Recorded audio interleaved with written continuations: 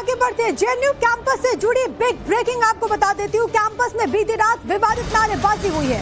प्रधानमंत्री मोदी और अमित शाह के खिलाफ नारेबाजी की गई। उमर खालिद के समर्थन में जुलूस निकाला गया। जुलूस में आपको बताते चले तमाम लोग शामिल थे। शर्जील इमाम का भी समर्थन यहाँ पर किया गया। विवादित नारे जेएनयू के भीतर एक बार फिर से लगे हैं। आपको बताते चले कि बीती रात यहाँ पर विवादित नारेबाजी होती है। प्रधानमंत्री मोदी और अमित शाह के खिलाफ नारेबाजी हुई। इसके अलावा यहाँ पर उमर खालिद और शर्जील इमाम के समर्थन में जुलूस भी निकाला गया है।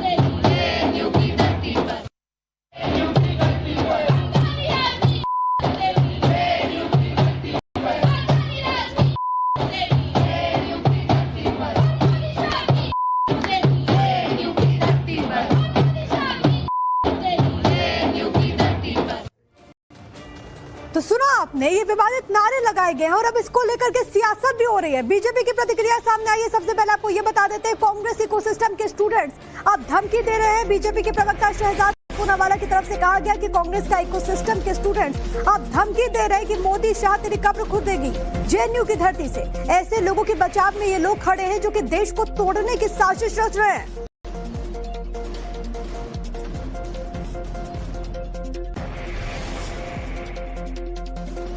तो अब उमर खालिद और शर्जील इमाम के बचाव में आते आते कांग्रेस लेफ्ट इकोसिस्टम ने सारी हदें पार कर दी। सुबह से तो वो उसके बचाव में बयान दे ही रहे थे, चाहे पृथ्वीराज चौहान हो, बृंदा करात हो, हुसैन दलवाई हो, उदित राज हो। अब कांग्रेस लेफ्ट इकोसिस्टम के स्टूडेंट्स डेथ के थ्रेट्स देने लगे हैं। मतलब कि वो नारे लगा रहे थे जेएनयू में कि मोदी शाह की कब्र खुदेगी जेएनयू के कैंपस पर। ऐसे नारे हमने कांग्रेस के कार्यक्रम में भी सुने हैं कि मोदी तेरी कब्र खुदेगी। सोचिए कि जिन लोगों पर सुप्रीम कोर्ट ने गंभीर आरोप तय किए हैं, जिनको प्रेमा फेसाई आतंकवाद के लिए जिम्मेदार पाया है, 1 साल तक उनको बेल नहीं मिल सकती, उनको प्राइम आर्किटेक्ट कहा है दिल्ली दंगों का, ऐसे लोगों के बचाव में आते आते आज देश के प्रधानमंत्री और गृह मंत्री को मारने की धमकी दी जा रही है। यह है कांग्रेस लेफ्ट का इकोसिस्टम। मतलब आज सुप्रीम कोर्ट का तो विरोध कर ही रहे हैं, सुप्रीम कोर्ट के फैसले का विरोध कर ही रहे हैं, पर अब देश के प्रधानमंत्री और गृह मंत्री को मारने की बात कर रहे हैं। और वो भी इसलिए क्योंकि उमर खालिद और शर्जील इमाम जो चिकन स्नैक काटना चाहता है उसके बचाव में आना है। ये पहली बार ऐसा नहीं कर रहे। अफजल गुरु को जब सजा हुई तो नारा लगाया गया, अफजल हम शर्मिंदा है, तेरे कातिल जिंदा है।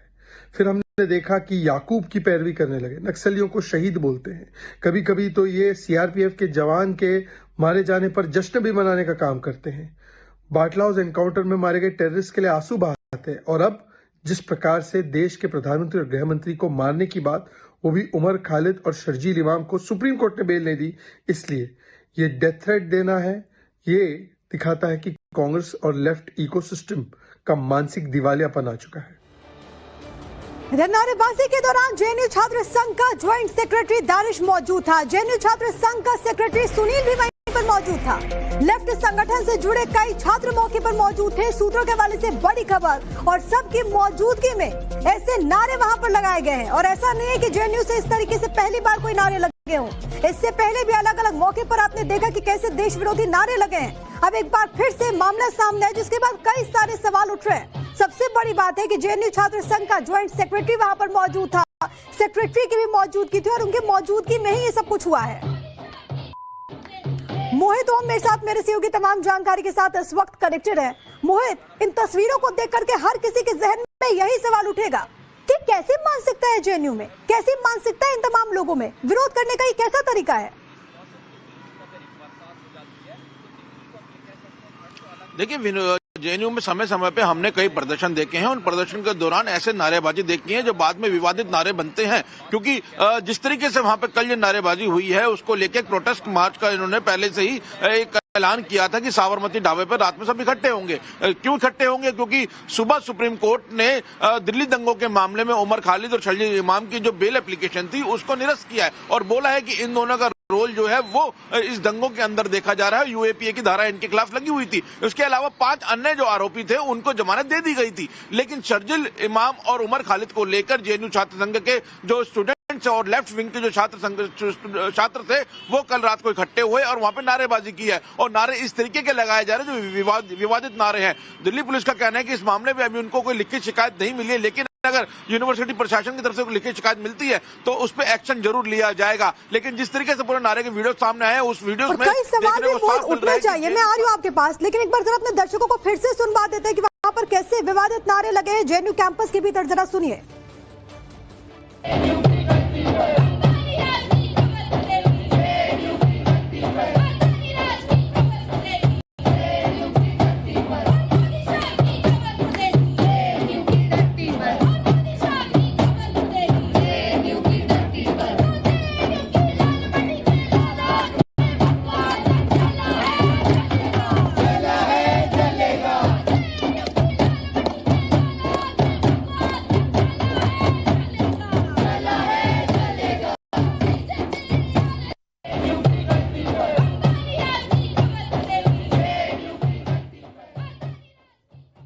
तो सुना आपने, ये नारेबाजी की गई और जिसका जिक्र हम बार बार कर रहे हैं कि ऐसा नहीं है पहली बार ऐसा हुआ हो। अफजल गुरु को लेकर के भी इसी तरीके से ऐसे यहाँ पर नारे लगे थे और कई बार नारेबाजी विरोध में ये हदों को पार कर देते। फिर सवाल उठना लाजमी है कि आखिरकार देश विरोधी नारे का क्या मतलब है। राज की कब्र खुदेगी, इस तरीके से वहां पर नारे लगाए गए हैं। आपने उन नारों को सुना। अब इसी को लेकर के कई सारे सवाल उठ रहे हैं। इसको लेकर के प्रधानमंत्री नरेंद्र मोदी और गृह मंत्री अमित शाह को लेकर के भी वहां पर नारेबाजी की गई है उनके विरुद्ध। मोहित हमारे साथ, हमारे सहयोगी लगातार मौजूद है। और मोहित, बार बार यही है क्योंकि ऐसा पहली बार नहीं है, इससे पहले भी कई बार ऐसा हो चुका और अलग अलग इंसिडेंट्स हुए हैं जहां पर हमने देखा है कि जेएनयू में किस तरीके से एक पूरा इकोसिस्टम है जो कि ऐसे मामलों पर एक्टिव हो जाता है। और बिल्कुल देखिए, जो जेएनयू के स्टूडेंट्स हैं या कहें जो लेफ्ट संगठन के जो स्टूडेंट्स हैं उनको ये पता है, अच्छे भली बात ही पता है कि वो कौन से नारे लगा रहे हैं, क्योंकि ऐसे नारे कई बार सामने आए हैं जो विवादित नारे बने हैं जिसके ऊपर देश में एक माहौल बना है। और ऐसे नारे हमने जामिया यूनिवर्सिटी के अंदर भी देखे हैं जब इसमें कब्र खुदने की बात बोली गई है और अब जेएनयू में इस तरीके के नारे भी लगते हुए नजर आ रहे हैं। और जिस बात का विरोध कर रहे हैं वो विरोध कोई सरकार की तरफ से एक्शन नहीं लिया गया, वो जो डिसीजन है वो सुप्रीम कोर्ट का लिया गया। यानी आप जो नारे लगा रहे हो उसमें कहीं ना कहीं सुप्रीम कोर्ट के सवाल पे भी जो उनका वर्डिक्ट आया है उसके ऊपर भी सवालिया निशान खड़े कर रहे हैं। तो इस तरीके के कई बार जो नारे हैं या कई प्रदर्शन जो है वो जेएनयू के हमने समय समय पे देखे हैं। और ये छात्र जो हैं जो वहां पे नारे लगा रहे हैं, जिन संगठनों से जुड़े हुए हैं, इन्हें अच्छे से पता है वो किस तरीके के नारे लगा रहे हैं, क्योंकि ऐसे नारों की वीडियोस कई बार वायरल हुए हैं जिसके ऊपर बाद में विवाद काफी ज्यादा बड़ा है। लेकिन जानबूझ के अगर इस तरीके से नारे लगाए जा रहे हैं तो इसमें अब कुछ समय बाद एक्शन होता हुआ जरूर नजर आएगा, क्योंकि जिस तरीके से छात्र इकट्ठे हुए साबरमती ढाबे पे, उन्होंने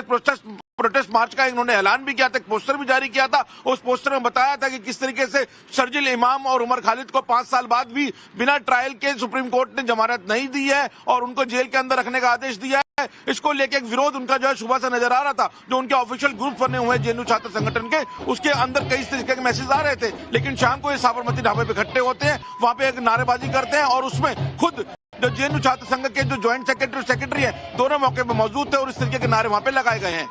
और सबसे बड़ी बात है मोहित यही कि आप विरोध कीजिए, विरोध का अपना तरीका होता है, आप अपनी बात रखिए, आपको संवैधानिक अधिकार मिलता है। लेकिन ये कौन सा तरीका हुआ? मैं लौट रही हूँ आपके पास, लेकिन विवादित नारों पर दिल्ली पुलिस का बयान सामने आ चुका है। विवादित नारों की जानकारी है, ये दिल्ली पुलिस ने कहा है। पुलिस ने मामले की जानकारी मांगी है, कोई शिकायत नहीं मिली है, ये भी दिल्ली पुलिस की तरफ से कहा गया है। तो जिस तरीके से बीती रात यहाँ पर विवादित नारे लगाए जाते हैं उसके बाद दिल्ली पुलिस का बयान सामने आया। लेकिन एक बार फिर से आप सुनिए, जेएनयू कैंपस में कैसे विवादित नारे लगाए जाते हैं।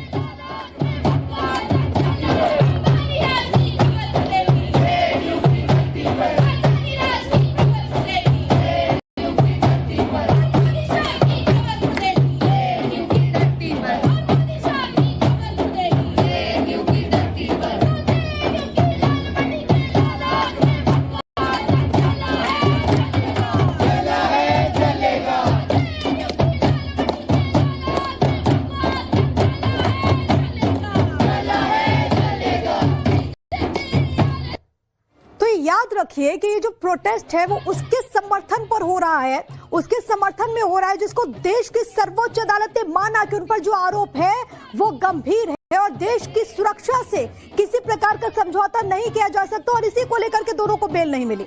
मोहित ओम मेरे साथ मेरे सहयोगी लगातार बने हुए हैं। मोहित, अब दिल्ली पुलिस ये कह रही है कि कोई शिकायत नहीं मिली है, जेएनयू एडमिनिस्ट्रेशन की तरफ से क्या कुछ कहा गया है, क्या कोई एक्शन अभी तक?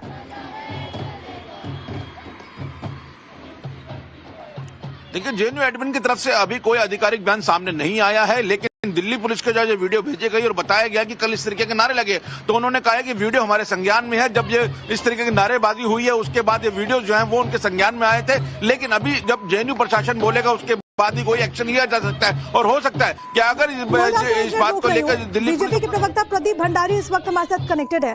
प्रदीप जी, आपने जेएनयू में हुई इस विवादित नारेबाजी को सुना, क्या कहना चाहेंगे? देखिए, ये दर्शाता है कि उमर खालिद और शर्जील इमाम जो दो एंटी नेशनल्स हैं, उनके पक्ष में ये अर्बन नक्सल लॉबी जेएनयू के बाहर आई है। कांग्रेस पार्टी इनको कहेगी कि एकेडमिक है, कांग्रेस पार्टी इनको कहेगी कि इनका राइट टू डिसेंट है, पर यही सोच है जिसका हम विरोध करते हैं और जिसका संरक्षण कांग्रेस पार्टी करती है। इस पे त्वरित और उचित कानूनी कार्रवाई होना चाहिए और ऐसे लोगों की सिर्फ एक ही डेस्टिनेशन है जो है जेल।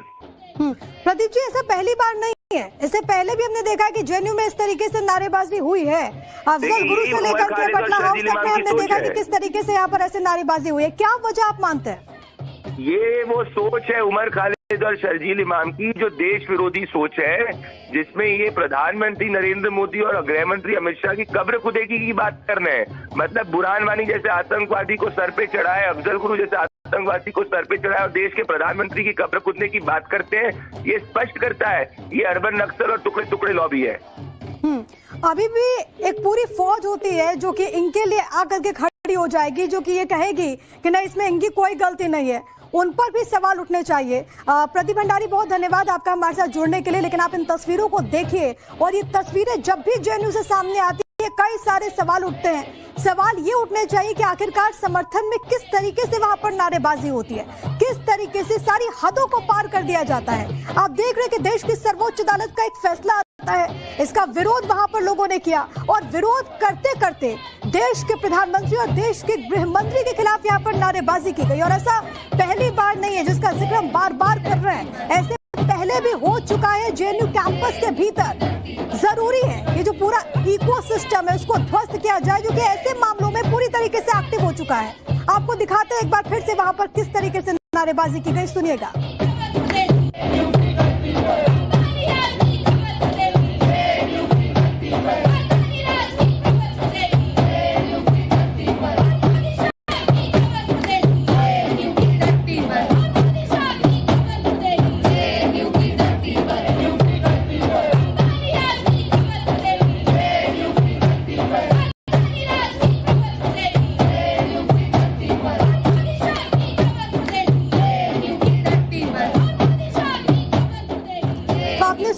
विवादित नारे, अब इनको सुन करके आपके भी जहन में सवाल होगा कि क्या देश से इतनी नफरत, देश के प्रधानमंत्री के खिलाफ ऐसे शब्दों का इस्तेमाल, उनके खिलाफ ऐसी नारेबाजी। वो प्रधानमंत्री जिसको देश की जनता ने चुना है, वो गृह मंत्री जिनको देश की जनता ने चुना है, उनके खिलाफ ऐसी नारेबाजी, ये कैसी नफरत है मोहित ओम?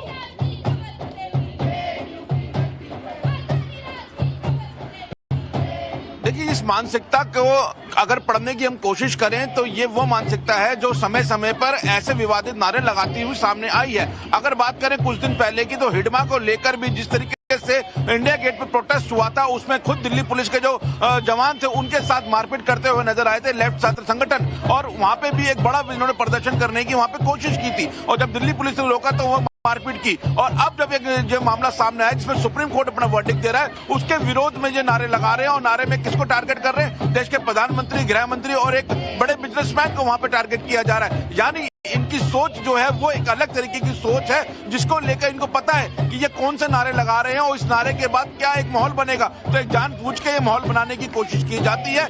ये अपने कैंपस के अंदर इस तरीके के नारे लगाते हैं जब इनको पता है कि वहां पर ना कोई स्टिक इनके खिलाफ एक्शन लिया जा सकता है, ना कोई फोर्स अंदर जा सकती है, क्योंकि जेएनयू प्रशासन को जब तक ये इतला नहीं दी जाएगी, जब जेएनयू प्रशासन इतला नहीं देगा, जब तक कोई पुलिस फोर्स अंदर नहीं जा सकती। लेकिन अब पुलिस का कहना है कि कोई ऑफिशियल अभी हमें कंप्लेंट नहीं मिली है, अगर कंप्लेंट मिलती है तो उसके खिलाफ एक्शन जरूर लिया जाएगा। और जो वीडियो है उसमें चारों को चिन्हित किया जा रहा है, जिसके अंदर जेएनयू के जो जेएनयू एसयू के जो ज्वाइंट सेक्रेटरी और सेक्रेटरी हैं वो दोनों नजर आ रहे हैं, दानिश और सुनील इसके अंदर नजर आ रहे हैं। इसके अलावा कौन और स्टूडेंट्स हैं उनको भी वेरीफाई किया जा रहा है। और सबसे बड़ी बात है कि खबर ये भी है कि जब ये विवादित नारेबाजी वहां पर हो रही थी तो छात्र संघ के बड़े चेहरे वहां पर मौजूद थे और उनकी मौजूदगी में ये नारेबाजी वहां पर हुई है। एक बार फिर से अपने दर्शकों को हम सुनवा देते हैं।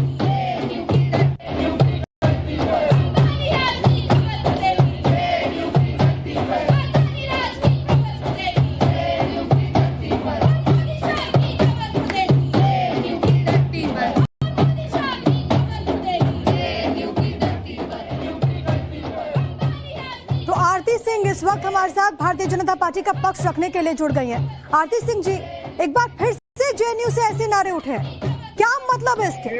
और ये कौन सी लॉबी है जो कि हमेशा ऐसे मामलों में एक्टिव हो जाती है?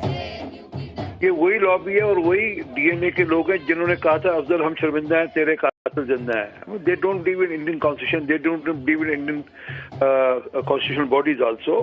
Supreme Court has given a decision. They should accept that. I mean, if you have anything to say, they should go to Supreme Court and contest in the Supreme Court. I mean, the best of the lawyers in the country were defending Omar Khalid, and in spite of that, court took a decision. I mean, Mr. Kapil Sibal, Mr. Singhvi, I've been told. Sir please अगर आप हिंदी में बोलेंगे तो हमारे दर्शक आपकी बात को आसानी से सॉरी मैं माफी चाहता हूँ। ये जो लोग जिनका डीएनए था अफजल हम शर्मिंदा है, तेरे कातिल जिंदा है, ये वही लोग हैं और ये उसी पीढ़ी के लोग हैं जो उस प्रकार से भारत के संवैधानिक संस्थाओं पर विश्वास नहीं करते। कल कोर्ट ने कोई फैसला लिया, उस कोर्ट के फैसले को मान्यता देनी चाहिए, बनस्पत की उसको सड़कों पे आकर चैलेंज करना चाहिए। और जिस प्रकार के नारे देश के प्रधानमंत्री और देश के गृह मंत्री को लेकर लगाए जा रहे हैं, ये आपत्तिजनक है। अपेक्षा करते हैं कि वहाँ की पुलिस इस पे चिंता करेगी और जो लोग भी ये सब कर रहे हैं उनके खिलाफ एक्शन, जो भी एक्शन बनता है। लेकिन आरती सिंह साहब, इस बात से हर कोई इत्तेफाक रखेगा कि ऐसा पहली बार नहीं हुआ है। ऐसे अलग अलग मौकों पर हमने देखा है कि पूरी की पूरी लॉबी एक्टिव हो जाती है। कैसे होगा इनका इलाज? ये पूरा का पूरा इकोसिस्टम है जो कि जिसको मैं कहता हूँ मुस्लिम ब्रदरहुड है, जिसमें कई सारे और भी लोग जुड़ते हैं, लेफ्टिस्ट आइडियोलॉजी के लोग भी जुड़ते हैं। ये सब लोग देश को तोड़ने के, देश को विभाजित करने के पक्षधर है और जब भी मौका मिलता है ये सब इकट्ठे होते हैं। वो कांग्रेस पार्टी हो, वो लेफ्ट से ओरिएंटेड यूनियंस हो या उनकी पार्टीज हो, वो सबके सब इसी प्रकार से देश के टुकड़े टुकड़े गैंग के। और बहुत जरूरी है कि उन लोगों पर सख्त एक्शन हो। बहुत धन्यवाद आपका हमारे साथ जुड़ने के लिए। तो आरपी सिंह भारतीय जनता पार्टी का यहाँ पर पक्ष रखते हुए एक बार फिर से आपको सुना देते हैं जेएनयू में आखिरकार कैसी नारेबाजी हुई है, जरा सुनिए।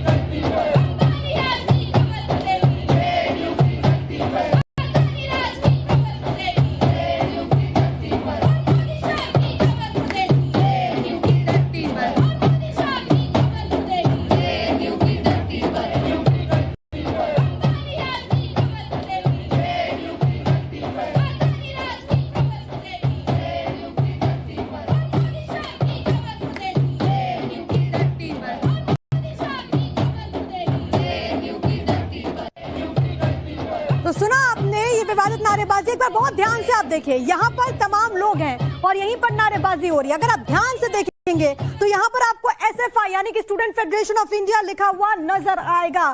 सबसे बड़ी बात है कि यहाँ पर नारेबाजी होती है। इसी तरीके से देश के प्रधानमंत्री और देश के गृह मंत्री के खिलाफ नारेबाजी होती है।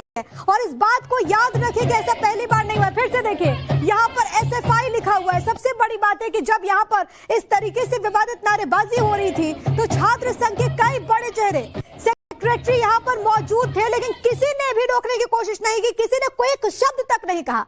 देखिए कैसे वहां पर देश विरोधी जो ताकत है वो ऐसे मामलों में एक्टिव हो जाते हैं, और हर बार जेएनयू से ऐसी तस्वीरें जब सामने आती है तो सवाल उठने लाजमी और सवाल उठने चाहिए कि आखिरकार क्या हो रहा है जेएनयू में, कैसी मानसिकता है। एक बार फिर से आप इस वीडियो को देखिए, आपको यहाँ पर नजर आएगा देर रात ये तमाम जो स्टूडेंट्स हैं जो कि वहां पर पढ़ने जाते हैं, लेकिन किस तरीके से नारेबाजी कर रहे हैं, किस तरीके से देश के प्रधानमंत्री और देश के गृह मंत्री के खिलाफ शब्दों का इस्तेमाल होता है, तो ये सवाल यहाँ पर उठेगा। और सबसे बड़ी बात, उमर खालिद और शर्जील इमाम अगर जेल में रहेगा तो ऐसे नारे लगाए जाएंगे क्या? ये कौन लोग हैं जो उनके सपोर्टर में है? आप सोचिए, जिन दो आरोपी को लेकर के बीते दिन देश की सर्वोच्च अदालत ने कड़ी टिप्पणी की, साथ ही साथ जिन 5 आरोपियों को जेल हुई थी वो भी उनको बेल दी गई, लेकिन 2 को माना गया कि जो आरोप लगे हैं वो बहुत गंभीर, और इसी वजह से कोर्ट ने ये कहा कि देश की सुरक्षा के साथ समझौते नहीं किए जा सकते। जहां पर एक तरफ देश की सर्वोच्च अदालत ये बात कह रही है कि देश की सुरक्षा के साथ समझौता नहीं किया जा सकता, दूसरी तरफ जेएनयू के वहां पर जितने लोग मौजूद थे, इस तरीके से यहाँ पर नारे लगाए गए स्टूडेंट्स की तरफ से, ये किस तरीके की मानसिकता है?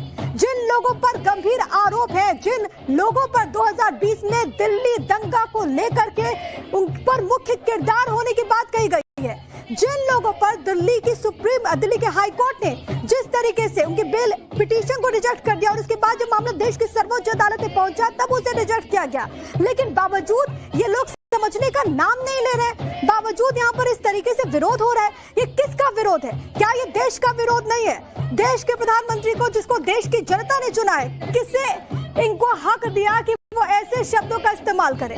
कई सारे सवाल है जो कि यहाँ पर उठ रहे हैं। इस वक्त हमारे साथ एबीवीपी के जेएनयू प्रेसिडेंट मयंक पंचाल इस वक्त कनेक्टेड है। मयंक, जेएनयू में हो क्या रहा है? मैम, जैसे कि कल आपने देखा कि वहां पर साबरमती ढाबा पर वही इतिहास वो लोग जो है दोहराने की बात कर रहे हैं। ये इतिहास क्या है कि वही जगह थी जहां पर 2016 में नारे लगाए गए थे कि भारत तेरे टुकड़े हो गए, और कल वहीं पर वो नारे क्या लगा रहे हैं कि मोदी साहब तेरी कब्र खुदेगी जेएनयू की धरती पर। मैं ये सोचता हूँ कि अगर मोदी साहब की कब्र खुदेगी, ये लोग सोचिए कि किस मानसिकता के लोग हैं। ये उस मानसिकता के लोग हैं जो लोग ये कहते हैं कि मोदी और अमित शाह तेरी कब्र खुदेगी, तो ये कहना चाह रहे हैं कि मतलब कि जो हिंदू धर्म में पैदा होता है वो हिंदू धर्म में तो पैदा होता ही है, पर वो मरेगा तो मुस्लिम होके ही। ये वो मानसिकता भी ये लोग दिखा रहे हैं। दूसरी तरफ आप देखो कि बेल ना मिलने पर, अरे बेल नहीं मिली वो सुप्रीम कोर्ट का निर्णय था। आप जब यहाँ पर एक स्टेटमेंट निकालते हो, वो स्टेटमेंट में ये कहते हो कि जो भी वहां पर हुआ, जो स्टेटमेंट निकालते हो तो उसमें वेलकम करते हो सुप्रीम कोर्ट का डिसीजन, और कह रहे हो कि मतलब कि शर्जील इमाम और उमर खालिद तो मेन थे, उनको क्यों नहीं मिली, उनको बेल क्यों नहीं मिली। तो ये बार बार ये दोहराना चाह रहे हैं कि मतलब कि जितनी भी एंटी इंडिया फोर्सेस है वो एक बार बाहर आ जाए एक साथ, और वापस इंडिया को कैसे तोड़ा जाए उस पर ये कार्रवाई जल्दी से जल्दी शुरू करना चाहते हैं। इस मानसिकता के लोग यहाँ पर बैठे हुए हैं। लेकिन मयंक, ऐसे लोगों पर क्या एक्शन होना चाहिए? क्योंकि पहली बार तो नहीं है जब ऐसी हरकत इन्होंने की हो या फिर ऐसे नारेबाजी की हो। इन पर एक्शन जो है, दिल्ली पुलिस इन पर जो है तहकीकात करके इन पर तुरंत ही कार्रवाई करे, क्योंकि ये एक्शन है, ये बार बार किसी भी कैंपस हो के जेएनयू जैसे कैंपस के अंदर वहां पर बार बार नारे लगाए जाते हैं कि भारत तेरे टुकड़े हो गए, और दूसरी तरफ की मोदी साहब तेरी कब्र खुदेगी। ये वो मानसिकता जो है ये मुगल कॉलोनियल पर बात करने वाली बात है। ये ब्रिटिश कॉलोनी पर नहीं टिके हुए, ये मुगल वाली मानसिकता पर टिके हुए हैं कि अगर एक मुस्लिम को 2 मुस्लिम उनको दिख रहे हैं और सामने 2 हिंदू खड़े कर दे रहे हैं कि उनकी कब्र खोद देगी अगर इन दोनों को जो है आपने मतलब बेल नहीं दी तो। अरे बेल देने का काम पहले तो इनको ये समझना चाहिए कि बेल देने का काम है सुप्रीम कोर्ट का है। वो केस को स्टडी करके वहां पर बेल देती, वो खाली थोड़ी कि आपने भीड़ इकट्ठा कर दी और वहां पर मॉब एक इकट्ठा कर दिया और वहां पर आप बोल दिए कि नहीं इनको जो है इनकी सजा माफ करो, इनको बेल दो। सबसे बड़ी बात यह है कि सुप्रीम कोर्ट का डिसीजन है और इसका तो स्वागत होना चाहिए। अगर नहीं है तो कानूनी तरीका है, ये विरोध करने का कौन सा तरीका हुआ? मयंक, लेकिन आप बताइए, क्योंकि आप भी जेएनयू से जुड़े हुए हैं, आप जरा ये बताइए कि आपको घटना के बारे में क्या इन्फॉर्मेशन मिली? क्या मैम? आपको घटना के बारे में क्या इन्फॉर्मेशन मिली है? घटना के बारे में इंफॉर्मेशन तो यही अभी तक है कि ये जो नारे लगाए गए थे तो वो नारे को लेके जो है मतलब कि अखिल भारतीय विद्यार्थी परिषद का क्लियर कट स्टैंड है कि किसी भी संवैधानिक पोजीशन पर बैठे हुए लोगों के खिलाफ इस प्रकार के नारेबाजी जो है वो अखिल भारतीय विद्यार्थी परिषद तो 1% भी सहन नहीं करेगी। बहुत शुक्रिया आपका हमारे साथ जुड़ने के लिए, अपनी बात यहाँ पर रखने के लिए।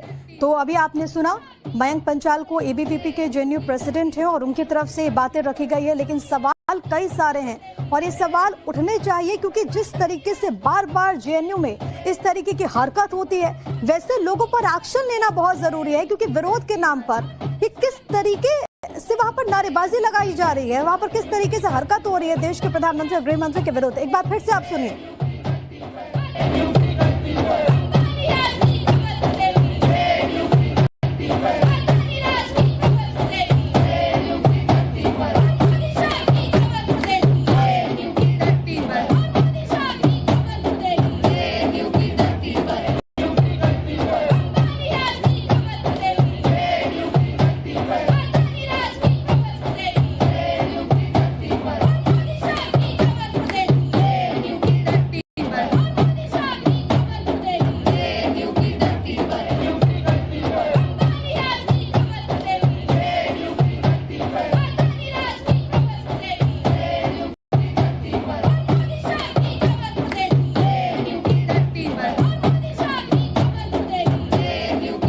और जरा एक बार फिर से आपको ये तस्वीरें हम दिखा देते हैं और ध्यान से देखिए, यहाँ पर आपको SFI लिखा हुआ नजर आएगा, स्टूडेंट फेडरेशन ऑफ इंडिया। एक बार आप ध्यान से देखेंगे कि किस तरीके से यहाँ पर नारेबाजी होती है और सबसे बड़ी बात है कि इसमें शामिल कौन है, SFI और ये तमाम वो लोग, ये तमाम स्टूडेंट्स जो कि वहां पर इस तरीके से देश विरोधी नारेबाजी लगा रहे हैं।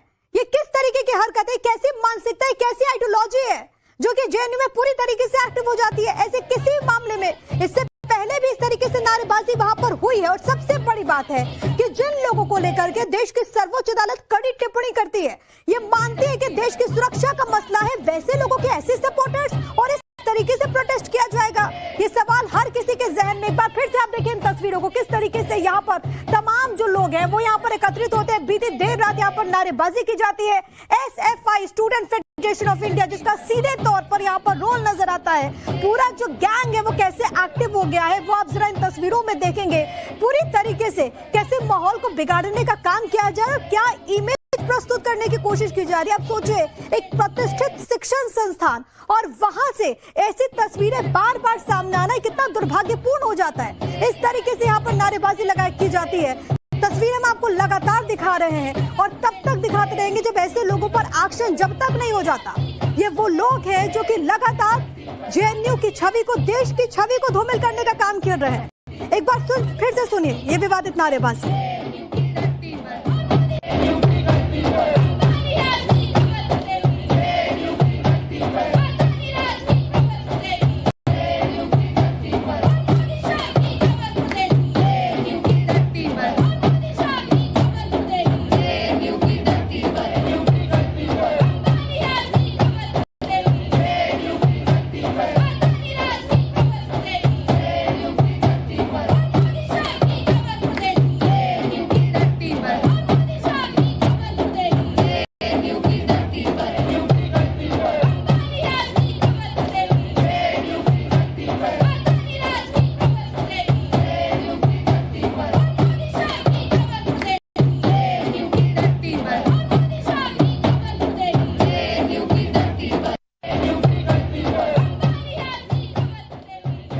तो ये पूरा इकोसिस्टम बताता है कि ये लोग जो कि वहां पर प्रोटेस्ट कर रहे हैं, ऐसे विवादित नारे लगा रहे हैं। उमर खालिद और शर्जील इमाम को जमानत न मिलने पर इनके भीतर बौखलाहट है जो कि सीधे तौर पर नजर आती है। देखना होगा कब एक्शन लिया जाता है और क्या एक्शन लिया जाता है। For more of such videos, do like, share and subscribe to ET Now Swadesh.